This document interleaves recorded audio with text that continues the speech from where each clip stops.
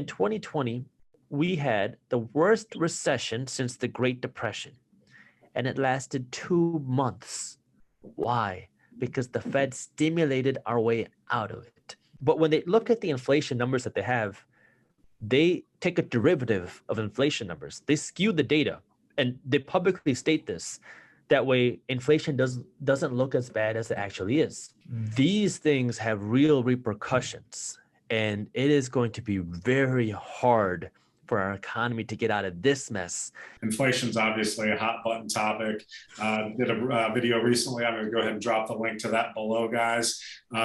Inflation's kind of just, you hear about it every day right now. I mean, cost of goods and services are through the roof right now. I've got some stats right here.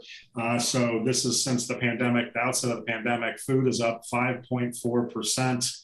Energy up 8.9%. You talked about cars, new cars up 5.3%. Used cars up 43.4%. Oh my God. That's insane. And then we talked, everyone heard about the lumber shortage, obviously, and the supply chain issues with that. So just from the pandemic, $399, and this is dollars per thousand board feet, spiked at 1,500 in April of 21, settled back down as of September 21 to 627. That's still a 57.14% hike since the pandemic. So obviously the pandemic's coming into play. Gas since January of 21, up 35.12% across all grades. When is there an end in sight? Jay Powell keeps coming out and talking about, we're not going to raise interest rates. We're not going to raise interest rates until 23, 24. It's the general consumer that's paying the price though right now. So does the bleeding stop? When is it going to stop? How is it going to stop? What can the Fed do to control this, if anything, and should they? So, yeah, and it's interesting that you bring this up because, we talk about the housing market and for the last part of this discussion, we looked at the housing market individually, like as if it was in a bubble. But the factors in the housing market are in a bubble if we look at just that. But the whole economy itself does affect the housing market, and the factors in the economy that you're talking about do affect the housing market, and those are much more concerning to me today than the individual factors in the housing market, because these economic factors that you're talking about, oh man, I mean, these things have real repercussions, and it is going to be very hard for our economy to get out of this mess. And our whole economy is in a real state of limbo. So, you talked about all this inflation. Why are we seeing inflation? So obviously the Fed keeps saying that it's supply chain issues. That's why it's transitory. But we ignore the fact that we had printed trillions and trillions and trillions of dollars in 2020 and 2021. I mean, in 2020, we had the worst recession since the Great Depression, and it lasted 2 months. Why? Because the Fed stimulated our way out of it. Now, what are we doing here? We are stimulating away from risk. The Fed wants to avoid that risk of losing money by stimulating more money. That way, all you see is upside. In the short term, that's great. You save the stock market. The stock market continues to rally, but at what cost? Free money is the most expensive kind of money there is.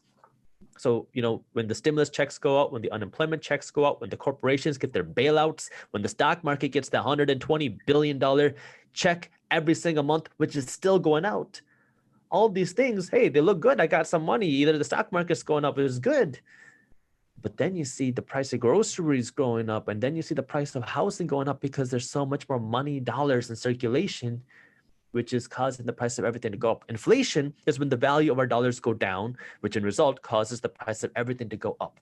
This is a much bigger concern to me, because how do you fix that? And obviously there are ways to fix it, but they are painful. And is our economy and our government and the Fed going to do that? I don't know. I mean, right now, the Fed is still printing $120 billion a month and injecting this into the markets to keep investors and institutions confident in the stock market. Why don't they stop that? Well, in 2008, we saw the same thing happen. The Fed did a lot of quantitative easing. They were pumping up the bond market, and they were making it more attractive for investors to put their money in the stock market. And when they stopped, all of a sudden, you saw a little bit of a crash in the stock market because people were worried about the Fed pulling away. It was called the taper tantrum.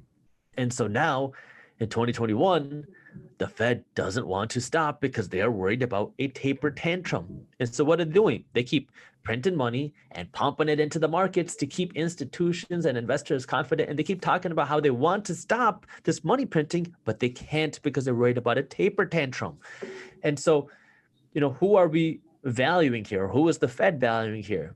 Well, they got the backs of institutions, banks, and the market, but it comes at a price because now regular people are having to pay way more money to buy a home. People are having to pay more money to get health insurance. People are having to pay more money to buy groceries. You're having to pay more money to go on a vacation.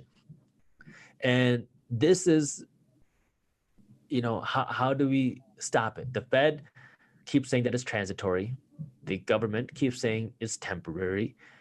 And then I just released a video today. So Michael Burry really kind of popularized this. He called the Fed out. He called them, essentially said they were lying for their inflation numbers. And the video that I did really dove into that as an analysis, because what the Fed does when they talk about their inflation numbers, because they say that they want 2% inflation and they want certain inflation.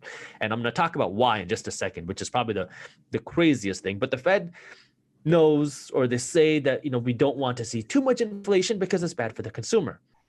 But when they look at the inflation numbers that they have, they take a derivative of inflation numbers. They skew the data, and they publicly state this. That way, inflation doesn't look as bad as it actually is. So you have two different inflation numbers. You have CPI, then you have PCE. CPI is what the news talks about when you hear about inflation. Then you have PCE, which is what the Fed uses, which is kind of like CPI. CPI looks at 8 different industries like clothing and housing costs and all that, and they average it all together to come up with the inflation numbers. PCE looks at that, but they take away food costs and energy costs. So now the Fed takes this inflation data and they put it on a chart. And they see, okay, we have some high inflation here and some low inflation here and some in the middle inflation here, because some things like used cars grew way faster than other things. Some things we didn't see much inflation, but across the board, we have a lot of inflation. Then what the Fed does is they delete the top 34% of inflation. So anything that has saw the most inflation, the top 34% of it, they just erase it. And then they look at the bottom, I think it was 24% or 21%, and then just delete that. So now you have this wild inflation graph. You take off the top third, you take off the bottom fifth, and now what do you have? You have an inflation line that doesn't look too bad. And that's how the Fed comes up with their inflation numbers. And then they say, inflation isn't that bad. So we can continue money printing. We can keep the low interest rates for a little bit longer.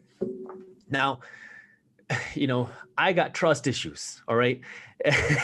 I'm a very trusting person in business, and I think I'm a little bit too much, which has burned me in the past. But, I got trust issues with the government and the Fed, man, because, growing up, I had real... I didn't grow up with any financial education. I didn't grow up with people telling me to invest my money or entrepreneurship. I didn't grow up with any of that. So when I started learning about investing and entrepreneurship, I was angry, man. Like, why are we never taught about money? Why are we never taught about investing? Why are we never taught about how to build wealth in school? I went through so much schooling, but was never taught any of this.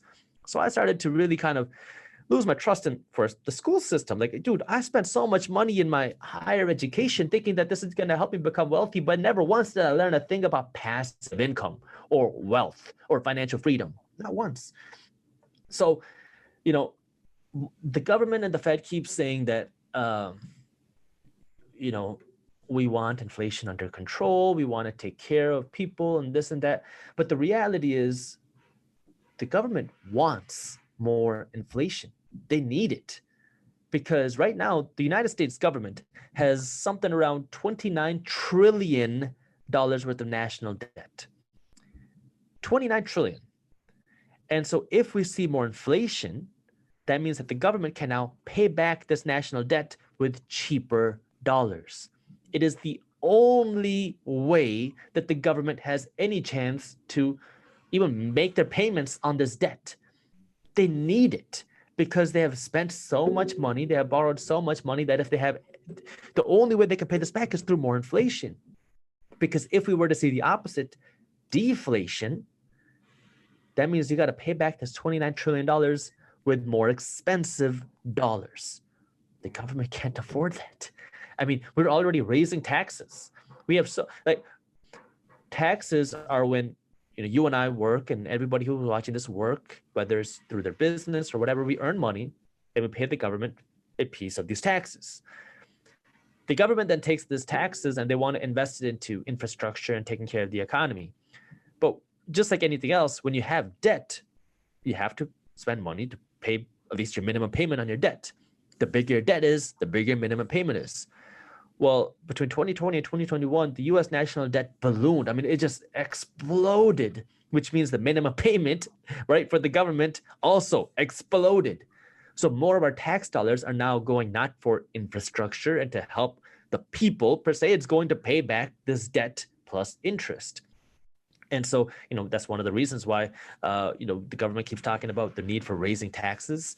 It's not just for more infrastructure. It's so they can pay back this debt. Right. And I've heard recently that some of these plans, they cost $0. And I mean, you can't help but laugh at that. I mean, people are seeing it right now. Obviously, inflation goes up. Obviously, cost of goods goes up. Just the cost of them sustain their normal livelihood obviously is going up. So someone is paying the piper there. Wages go up. Obviously, the same thing can happen because obviously the employer is going to have to compensate for having to raise those wages. So someone is going to pay. The general consumer, their customer, obviously is going to get price hikes there. So nothing comes for free here, folks. Someone is ultimately going to be paying the piper on it. And in most cases, it is us. It's people. And I mean, it's really bad for people on fixed incomes. I mean, Social Security, and especially if you're relying or planning to rely on Social Security when you retire. Because, we've been talking about Social Security drying up for years now. Well, now it's an even bigger issue because right now, if you go to work or if you own a business, you're paying Social Security taxes because when you get paid, the employee and the employer pay Social Security taxes together. Half is paid by the employee, half is paid by the employer. Now, if you didn't pay Social Security taxes, you could get a 12, 14% raise on your income because that money is no longer going to taxes. But the whole idea was this money is invested for you by the government, so you have money when you retire. Only problem was the government didn't expect people to live past the age of 74. So now people are living longer. Good news. Bad news is the government doesn't have money to keep paying you. So the money you're paying in Social Security taxes today is not going to fund your retirement. It is going to fund somebody else to retire. And so this is why the issue of Social Security drying up is becoming a bigger and bigger issue. And this is where everybody says, oh, well, it's not that big of a deal because the government can just print more money and fund Social Security checks. And you're right, they can. And if it comes to that, they probably will. They will print more money, send out bigger Social Security checks. But what does that really mean? The government sending out bigger Social Security checks, which might look good, like, hey, you got a bigger check in the mail, but then you're ultimately diluting the value of your security checks at the exact same time because when they print more money, the value of your dollar goes down. So yeah, you got a bigger Social Security check, but it has less buying power and it can't actually stretch as far. So now you're poorer than you were before with the smaller Social Security check because the government just kept printing money. Then they also have to fund all the other administrative stuff.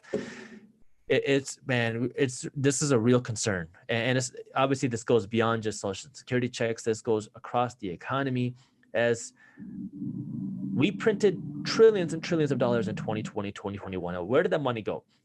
Obviously, some of it went in the form of bailouts to corporations. Some of it went to the stock market bailouts. And then you had, money going to people in the form of unemployment checks and stimulus checks, which were great in the short term. You got an extra $1,400 or $5,000. But then what did people do with that money? Well, people needed groceries. So they went to Amazon and Kroger and Walmart, and people went to Lululemon and they went to Gucci and they went to Apple and they shopped more. Yeah. So all this money was printed and entered the economy, either to the stock market or corporations or people. And then what happens? More money is printed. The value of each dollar is diluted. People get this money and then it flows back up to the rich because now you go and spend this money. So now the average person either has less dollars or the same amount of dollars as before, but each dollar that you have is no longer worth as much. So we're creating a bigger divide between the rich and the poor because now people who are not financially educated get hurt. Inflation benefits the people who are financially educated and hurts the people who are financially not educated. Yeah, and that resonates with me. It certainly resonates with the people on our channel. Obviously, we preach financial education. You do that on yours as well. Guys, if you want us to bring more content like our channel friend here, Jaspreet Singh from Minority Mindset, what do they need to do, Jaspreet? Well, you can check us out on YouTube, Minority Mindset. We just launched a news channel, Minority Mindset News, where we publish daily updates on the top finance and business news. You can go to our website, theminoritymindset.com, or all socials at Minority Mindset. Mm-hmm. And then what do they do with their thumb? Oh, anytime you go, make sure you smash that thumbs up button below. I love that. That's never going to get old. That's never going to get old. Guys, but obviously on this channel, we always try and shed light on financial education. Obviously, Jaspreet's an expert on that as well. That's what he preaches. Guys, you don't know what you don't know. You need to surround yourself by like-minded folks. You need to go out there and do your own research. Obviously, we're going to do a ton of this research on your behalf, but you have to know, particularly, like you said, there are people with fixed income that are either in retirement or headed towards retirement. Inflation needs to be on their radar literally every single day, and how to, kind of maneuver their life at this point to kind of insulate themselves, I guess, to an extent. So, all right. Well, make it a great day and look forward to talking soon. Thanks, Jaspreet. Thank you. Take care. It was a pleasure. Bye. Bye. As always, if you like content like this and you want to see more of it, drop a like below. If you're not a subscriber already, please subscribe and hit that bell below. That's a notification button that's going to alert you every time we have new tips, tricks, and strategies that are going to help you move that needle further financially.